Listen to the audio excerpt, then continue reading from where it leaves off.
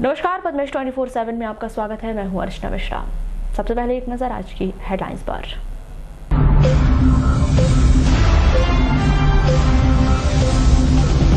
धान की फसल में माऊ तना छेदक का प्रकोप, कई एकड़ पर लगी फसल खराब, कीटनाशक पर उठे सवाल।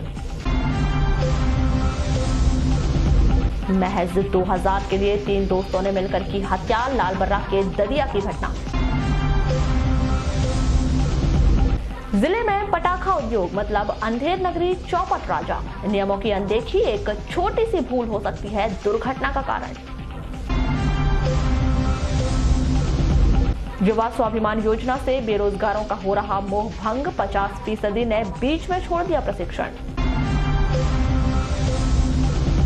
जिले में बढ़ा कुपोषण का ग्राफ, एक सप्ताह में 60 मरीजों को लगा खून, अस्पताल पहुंचने वाला हर 10वां मरीज एनीमिया का शिकार। वारासिवनी में अवैध उत्खनन पर एसडीएम की कार्यवाही, 3 ट्रैक्टर, 1 जेसीबी जब्त। और लालबर्रा के हट्टेवार परिवार ने पेश की मिसाल, सड़क के लिए दान कर दी जमीन। और अब खबरें विस्तार से। जिले के भीतर एक बार फिर अमानक खाद कीटनाशक बिक्री होने की खबरें सामने आने लगी है। नतीजा, माऊ और तना छेदक पर दवाई असर नहीं कर रही है। सैकड़ों एकड़ रकबे की फसल खराब हो चुकी है। पद्मेश न्यूज की टीम ने जब जिला मुख्यालय से 10 किलोमीटर दूर बगदरा गांव का दौरा किया तो किसानों ने अपनी परेशानी कुछ इस तरह से बताई कि फसल में 3 से 4 बार कीटनाशक का छिड़काव कर लिया गया है, लेकिन कोई भी प्रभाव नहीं पड़ रहा है। नतीजा, आज सैकड़ों एकड़ फसल बर्बाद होने की कगार पर आ गई। परेशानी ये है कि हमको जो कंपनी ने जो दवा दी है और जो धान दिए हैं, धान तो एक तो गणेश उत्सव में हमारी धान निकल गई थी और उन्हें बताया था कि 130 दिन या 120 दिन की धान है वाली। उसके बावजूद ये धान उसके पहले निकल गई। दूसरी बात, इसमें माहू लगी है तो माहू में 3 बार दवा डाल के हो गई, मगर आज तक माहू बस नहीं आ रही इससे और माहू मर नहीं रही है। अभी भी जो आप देख रहे हो माहू दिख रही है। कौन कौन सा कीटनाशक? इसमें हमने प्रोपोनो और एक्जाकोन माहूगिल डाले हैं इसमें, और भी प्रकार की दवाई जो डाली है जिससे तब कुछ तो कंट्रोल हुई है माहू, मगर पूरी तरह कंट्रोल नहीं हुई है। क्या मार्केट से खरीदे थे? क्या मार्केट से। तो क्या लगता है आपको, क्या नकली खाद बीज मिल रहा है? नकली खाद, ये बीज तो दवा तो आ ही रही है और बीज भी नकली है? बीज भी नकली लग रहा है मेरे को तो।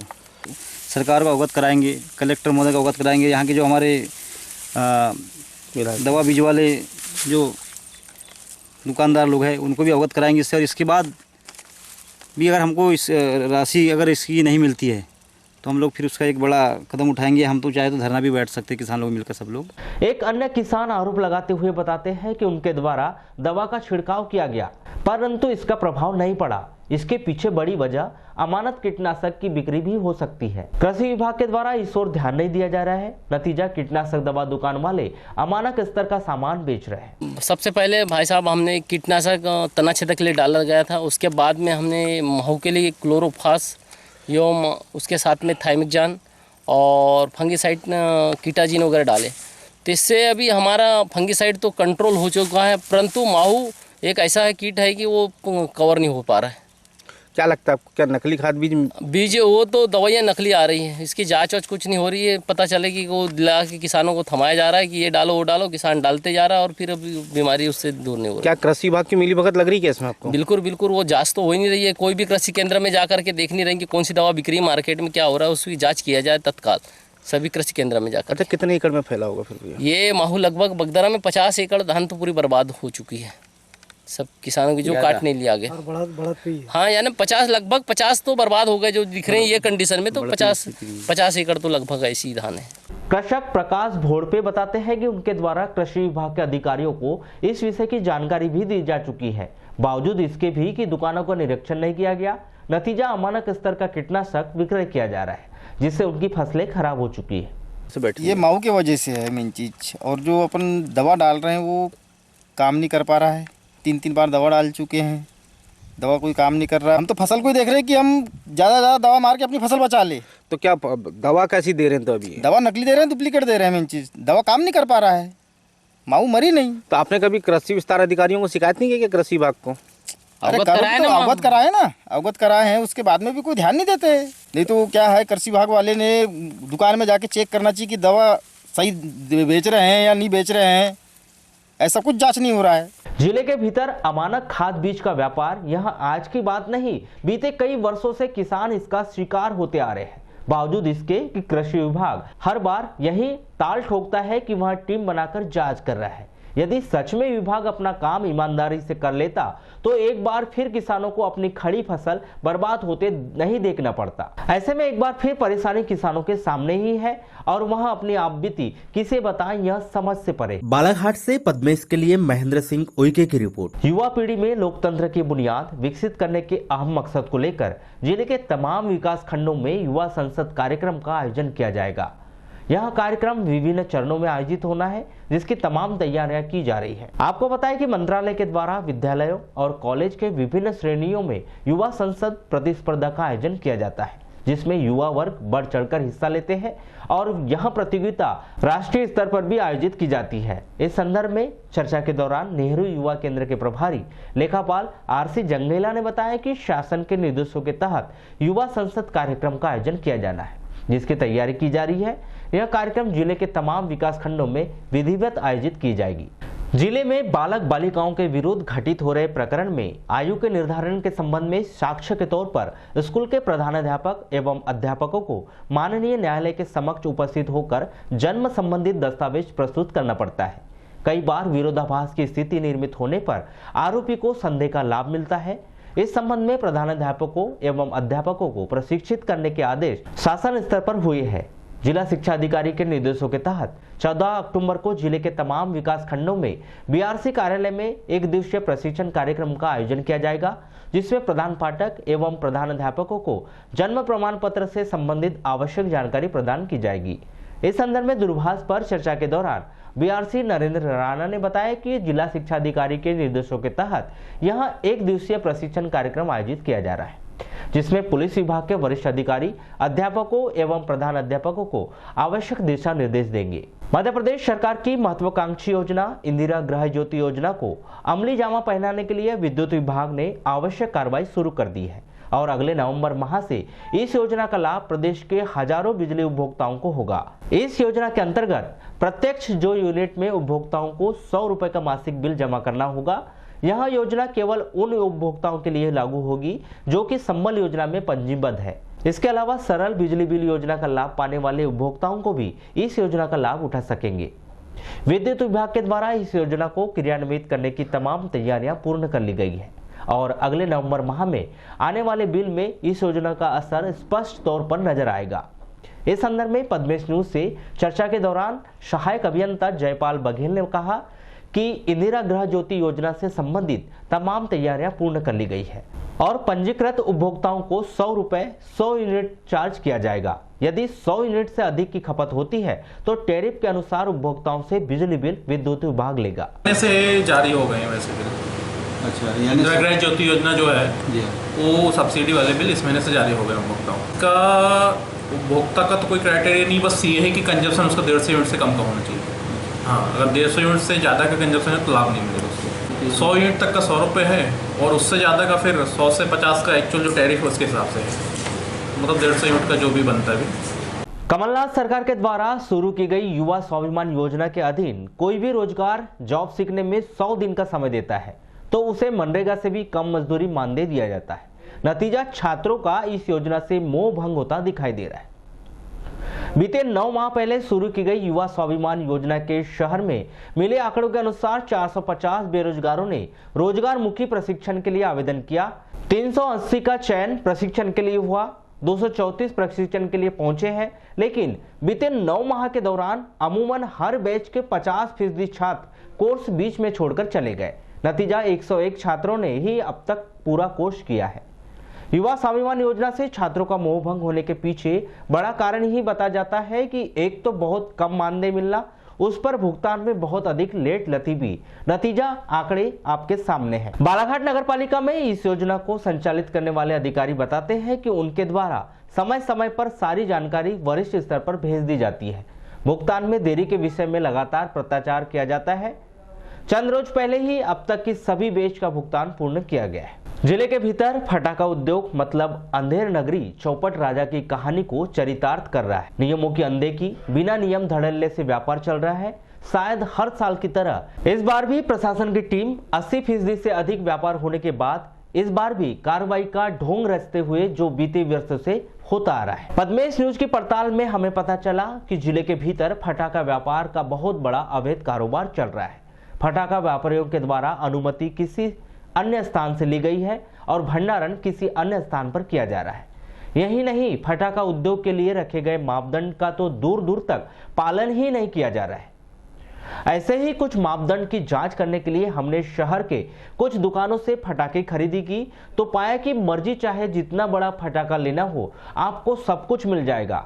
चाहे शासन के द्वारा दिन और रात के समय फटाके फोड़े जाने पर नियम रखे गए हैं, लेकिन बालाघाट के बाजार में तो नियमों की धज्जियां उड़ाते हुए उससे भी ज्यादा गुना आवाज के फटाके बड़ी आसानी से उपलब्ध हो जाएंगे। दूसरी बड़ी बात यह कि फटाका व्यापारियों के द्वारा नियम को धत्ता बताते हुए विक्रय किए जाने वाले फटाके के डब्बे पर एक्सपायरी और मैन्युफैक्चरिंग डेट नहीं लिखी गई, जिससे खरीदार को इस बात का पता नहीं चलेगा कि फटाका मैन्युफैक्चरिंग कब हुई है और कब एक्सपायर हो जाएगी।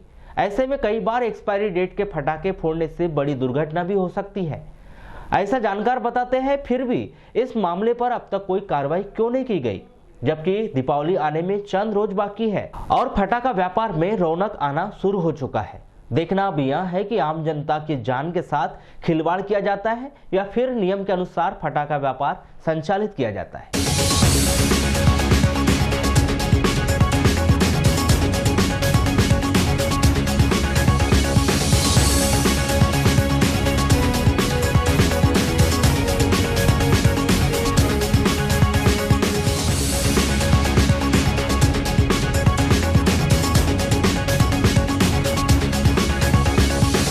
रामपायरी थाना अंतर्गत ग्राम पंचायत झालीवाड़ा में बिना अनुमति के कमर्शियल उपयोग के लिए मुरम के अवैध उत्खनन पर 12 अक्टूबर को एसडीएम संदीप सिंह ने कार्रवाई करते हुए 3 ट्रैक्टर, एक जेसीबी को जब्त किया। ग्राम पंचायत झालीवाड़ा में वृहद स्तर पर जेसीबी से मुरम खुदाई का कार्य किया जा रहा था, जिसे ट्रैक्टरों से किसी अन्य को बेच रहे थे, जिसकी सूचना अनुविभागीय अधिकारी वारासिवनी संदीप सिंह को प्राप्त हुई, जिस पर एसडीएम ने पुलिस बल के साथ उक्त स्थान पर जाकर दबिश दी, जिससे ट्रैक्टर चालकों में हड़कंप मच गया और सभी बचने के लिए इधर उधर भागने लगे, जिन्हें राजस्व अमले और पुलिस बल के द्वारा रोकने का प्रयास किया गया, लेकिन वे भागने में सफल हो गए, जिसमें 3 ट्रैक्टर और एक जेसीबी पर कार्रवाई की गई। ये अभी सूचना मिली थी मुझे करीबन 9 बजे के आसपास कि झालीवाड़ा एक ग्राम पंचायत है यहाँ पे, वहाँ पे एक जेसीबी और करीबन 10 ट्रैक्टर अवैध रूप से मुरुम का उत्खनन कर रहे हैं। तो इस सिलसिले में फिर हम वहाँ गए तो मौके पे हमें 3 ट्रैक्टर पकड़े, जेसीबी भी पकड़ी, मुरुम उत्खनन करते हुए एक ट्रैक्टर वहाँ से भाग गया था। तो फिलहाल अभी हमारे पास 3 ट्रैक्टर और एक जेसीबी है, जिनको हमने पकड़ा और थाने में लाके खड़ा किया। इसका प्रकरण तैयार कर रहा है, माइनिंग विभाग करवाया जा रहा है। फिर कलेक्टर साहब के पास ये प्रकरण जाएगा।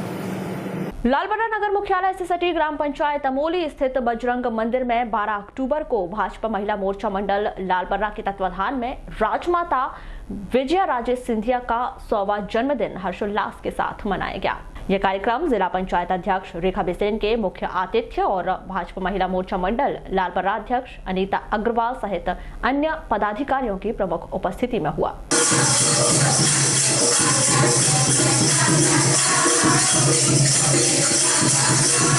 आज हमारी राजमाता विजय राजा सिंधिया का 100वां जन्मदिन हम लोग ग्राम अमोली में मंदिर में मनाया गया। कितने वर्षों से बनाया जा रहा है? 100 वर्ष पूरे।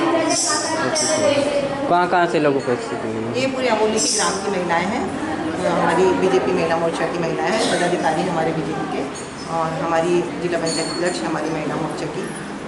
नगर में स्थित वार्ड नंबर 4 बैगा मोहल्ला में 12 अक्टूबर को एसडीएम संदीप सिंह नगर पालिका अमले के साथ पहुंचे, जहां पर नगर पालिका के द्वारा नालियों और गड्ढों की सफाई की गई।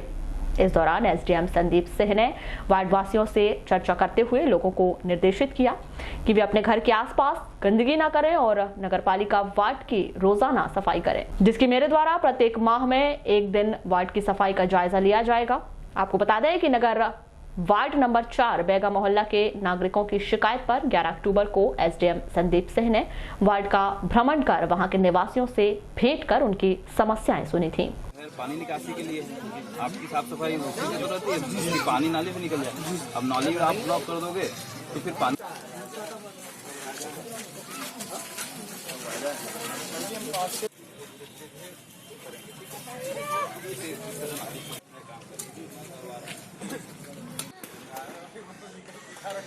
वो हमारे यहाँ पहली बार अधिकारी आ चुके हैं। उन्होंने हमारे मोहल्ले का निरीक्षण किया, उन्होंने हमें आश्वासन दिया देके निर्माण, गृह निर्माण, शौचालय, साफ सफाई, उनने हमको बहुत अच्छा आश्वासन दिया। इसलिए हमारे जो एडीएम साहब हैं संदीप सिंह, उनके लिए हम बहुत बहुत आभारी हैं। ये बताइए, नगरपालिका सीएमओ को निर्देशित किया गया कि उक्त वार्ड में साफ सफाई की जाए, जिसके बाद अगले दिन यानी 12 अक्टूबर को सुबह एसडीएम संदीप सिंह स्वयं नगरपालिका अमले के साथ वार्ड में पहुंचे और गंदगी साफ करवाई। लोगों की एक्सपेक्टेशन बहुत रहती है प्रशासन से, पहली बात, और अगर कुछ दिन उनको अनदेखा किया जाए तो उनकी एक्सपेक्टेशन और बढ़ जाती है और आक्रोश बढ़ जाता है। तो अब क्या है कि जो इनकी समस्याएं थी वो मैं यहाँ आके समझा। सबसे बड़ी विकट समस्या थी कि इनके क्षेत्र में साफ सफाई की बहुत कमी थी, तो इसको मैंने सबसे पहले प्रायोरिटी में रखा और कल विजिट भी किया था। आज हम साफ सफाई भी करा रहे हैं, नगर पालिका की पूरी टीम है, हमारी टीम है और सब लोगों को साथ में लेके हम लोग साफ सफाई करा रहे हैं। यहाँ पे स्वच्छता अभियान के तहत देश प्रदेश में सफाई चल रही, तो ये क्षेत्र चूका क्यों रहे इस चीज़ से। तो आज हम लोगों ने कराया है, सभी लोगों को हम समझाइश दिए कि जिस तरह से हमने अपना कर्तव्य का पालन करते हुए आपके यहाँ की पूरी साफ सफाई कराई, इस तरह आप भी अपने आस पड़ोस साफ रखें। पॉलीथीन और इन सब चीज़ों को जो कागज होगा सब आप रोड पे फेंकते हो, कुछ कचरा रोड पे फेंकते हो तो रोड पे नहीं फेंके, डस्टबिन रखाई जाएगी नगर पालिका की तरफ से, तो डस्टबिन में कचरा फेंके, नगर पालिका पूरा काम करेगी। और महीने का एक कोई सा दिन हम डिसाइड करेंगे और उस दिन हमारी पूरी टीम नगर पालिका की टीम आएगी और यहाँ पे हम साफ सफाई और स्वच्छता अभियान के तहत। यातायात विभाग द्वारा लगातार लाइसेंस और इंश्योरेंस की जांच चालानी कार्रवाई की जा रही है। यातायात विभाग में पदस्थ सब इंस्पेक्टर मनोज मेहरा ने बताया कि बीते महीनों से लगातार चालानी कार्रवाई की जाएगी। मुख्य रूप से लाइसेंस व इंश्योरेंस की जांच की जा रही है। बीते दिनों त्योहारों के कारण यह कार्रवाई बंद कर दी गई थी, लेकिन शनिवार से यह कार्रवाई फिर शुरू कर दी गई है, जो लगातार चलती रहेगी। हाँ, अभी नियमित चेकिंग के अनुसार, वरिष्ठ अधिकारी के आदेश अनुसार जो स्कूली वाहन है उन्होंने उसमें ड्राइविंग लाइसेंस, इंश्योरेंस और जो अदर्स वाहन है उस पर भी बेसिकली इंश्योरेंस पर कार्रवाई की जा रही है। यदि इनकी कमी पाई जाती है तो उनका चालानी कार्रवाई की जाती है। सर, अब तक एक सप्ताह के अंदर अगर आंकड़ा देखा जाए तो कितने? अभी तो त्यौहार में बिजी होने के कारण आज से ही स्टार्ट किया है, मगर लास्ट मंथ हमने लगभग 28 वाहनों पर इंश्योरेंस और ड्राइविंग लाइसेंस के चालान काटे थे। अभी इस प्रकार की कार्रवाई नियमित जारी है। हाँ, 2 व्हीलर की कार्रवाई भी अलग करते हैं, क्योंकि जो अभियान चलते हैं उनमें एक क्राइटेरिया रहता है, 4 व्हीलर अलग और 2 व्हीलर अलग, हैवी व्हीकल अलग, तो इस टाइप से कार्रवाई चलती है। और सभी कार्रवाई में बेसिकली इंश्योरेंस पे और ड्राइविंग लाइसेंस पे, फिटनेस भी, यदि हैवी व्हीकल से फिटनेस पे ज़्यादा जोर दिया जाता है। सर, 2 व्हीलर पे कितनी की कार्रवाई होती है, जैसे जिसने इंश्योरेंस नहीं पटाया हो अपना? अभी उसमें जो अपने ओल्ड एक्ट में तो लगभग 1000 रुपये फाइन है, बाकी लगातार कार्रवाई जारी है। शहर के जय हिंद टॉकीज स्थित जैन भवन में दिगंबर जैन पंचायत द्वारा आयुर्वेदिक औषधि शिविर का आयोजन किया गया। इस दौरान 1 सैकड़ा से अधिक सामाजिक व अन्य लोगों ने इस शिविर में पहुंचकर अलग अलग प्रकार की असाध्य बीमारियों के लिए चिकित्सक परामर्श लिया और मुफ्त में दवाइयां प्राप्त की।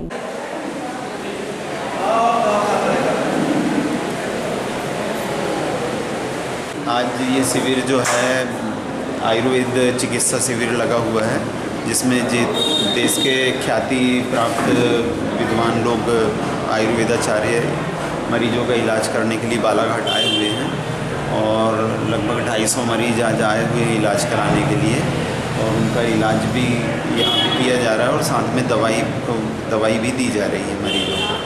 महज 2000 रुपए के लिए कोई किसी की हत्या कर सकता है। शायद सुनकर आपको अटपटा लगे, गले से बात नीचे ना उतरे, लेकिन लालबर्रा पुलिस ने इस बात का खुलासा किया कि 24 घंटे पहले ददिया हत्याकांड की वजह केवल 2000 रुपए का नोट था। इस आरोप में 3 लोगों को गिरफ्तार किया गया है। वारासिवनी एसडीओपी RM परतेती ने पूरे हत्याकांड का खुलासा करते हुए बताया कि 10 अक्टूबर को सुभाष लाडिया निवासी सहजपुर थाना भेड़ाघाट जिला जबलपुर का शव लालबर्रा से कुछ दूर स्थित ददिया गांव में मिला था। परिजनों की शिकायत पर जांच शुरू की गई तो पुलिस को बहुत जल्दी सफलता मिल गई। ददिया निवासी दीपक उर्फ गोलू नारबोद, रोहित मेश्राम निवासी मोगांव और राकेश पटवार निवासी दतिया, इन तीनों ने मिलकर मृतक के साथ शराब पी। इस दौरान मृतक सुभाष के पास 2000 का नोट इन तीनों को दिखाई दिया, जिसे पाने की चाह में तीनों आरोपियों द्वारा सुभाष की हत्या कर दी गई। ये जो हत्या है, एक तो इन्होंने जो है उसके पास पैसे लेके 2000 का नोट, उसको लेके हत्या की। कैसे गला घोटे हैं लोगों ने? पहले इन्हें केबल से जो है गला घोट रहे थे, केबल टूट गई, उसके बाद इन्होंने रस्सा का उपयोग किया और फिर रस्सा से जब वो उसका गला घुट गया है तो उसी रस्सी में बांध के जो है पहले डंडा मारे और डंडा मारने के बाद कुछ दूर तक जो है मोटरसाइकिल में बांध के घसीटे हैं और उसके बाद उन्हें ले जाके फेंके। ये करीब 1:30-2 बजे की घटना है। आपको बता दें कि बीते कई वर्षों से जबलपुर और उसके आसपास के झाड़ू बनाने वाले मजदूर लालबर्रा क्षेत्र में चिंद्र के पेड़ की कटाई के लिए आते हैं, जिससे उनकी स्थानीय लोगों से अच्छी खासी पहचान हो जाती है। सुभाष की मौत की वजह भी शायद यही जान पहचान बन गई। लालबर्रा ग्राम पंचायत पांढरवानी अंतर्गत आने वाले वार्ड क्रमांक 11 शांतिनगर निवासी जयचंद हटवार हरिचंद हटवार ने आज समाज और लोगों के सामने एक अनोखी मिसाल पेश की है, जहां थोड़ी थोड़ी सी जमीन के लिए आपसी रंजिश और खून खराबा तक हो जाता है। यहां पर लोगों की सुविधा को ध्यान में रखते हुए उन्होंने सड़क निर्माण के लिए जमीन दान कर दी। शनिवार को इस पर सीमेंट रोड बनाए जाने के लिए विधिवत रूप से भूमि पूजन कर दिया गया। भूमि पूजन के दौरान भूमि दान करने वाले जयचंद हटवार हरिचंद हटवार के मुख्य आतिथ्य व ग्राम पंचायत पांढरवानी लालबर्रा सरपंच अनीस खान सहित अन्य गणमान्य जन उपस्थित थे।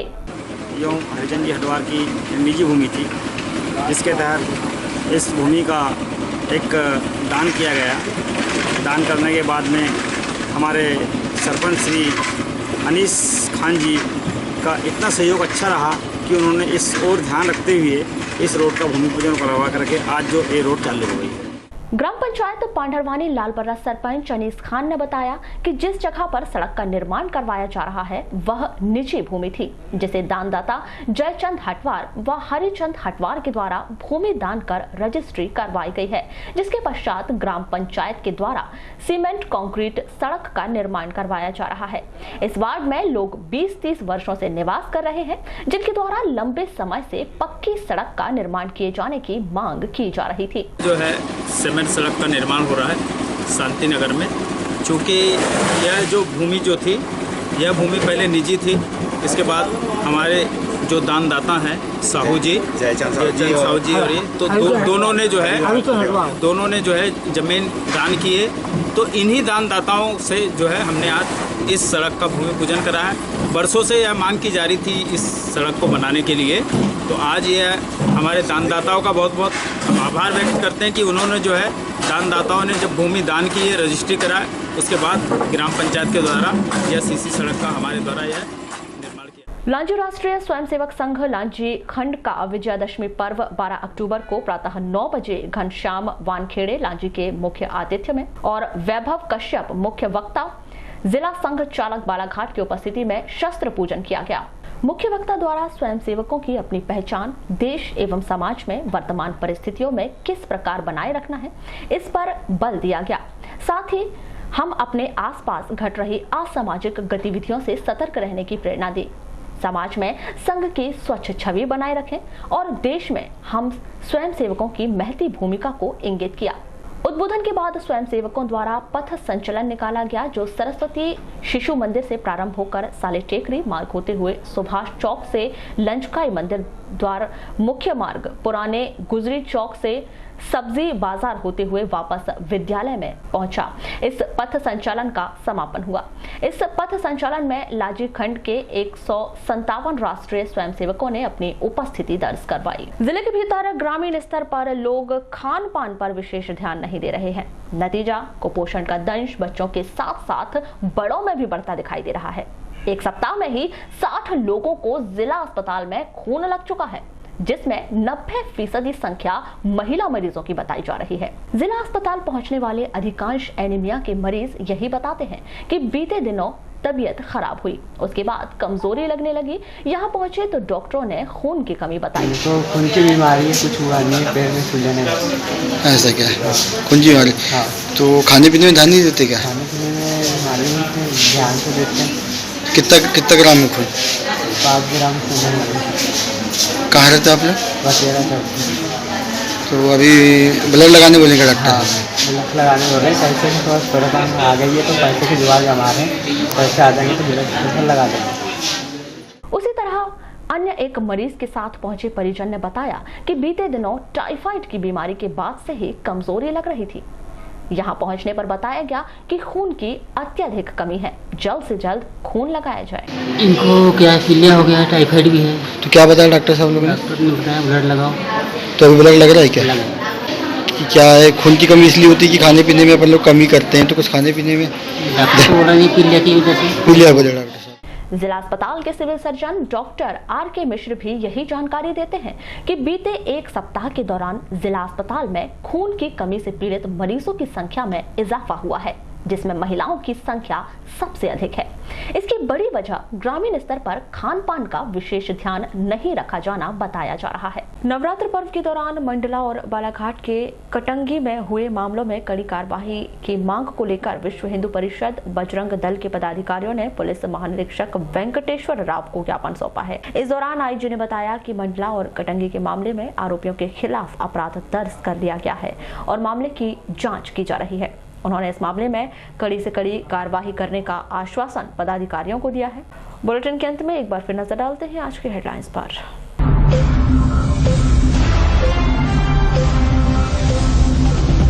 धान की फसल में माऊ तना छेदक का प्रकोप, कई एकड़ पर लगी फसल खराब, कीटनाशक पर उठे सवाल। महज 2000 के लिए 3 दोस्तों ने मिलकर की हत्या, लालबर्रा के ददिया की घटना। जिले में पटाखा उद्योग मतलब अंधेर नगरी चौपट राजा, नियमों की अनदेखी एक छोटी सी भूल हो सकती है दुर्घटना का कारण। युवा स्वाभिमान योजना से बेरोजगारों का हो रहा मोह भंग, 50% ने बीच में छोड़ दिया प्रशिक्षण।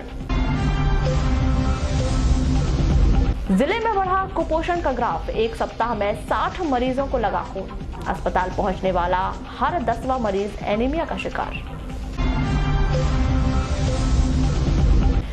वारासिवनी में अवैध उत्खनन पर एसडीएम की कार्रवाई, 3 ट्रैक्टर, 1 जेसीबी जब्त।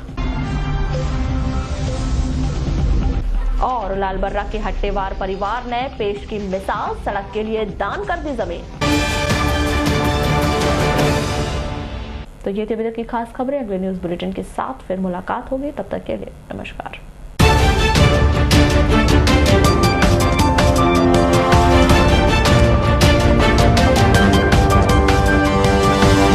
Thank you.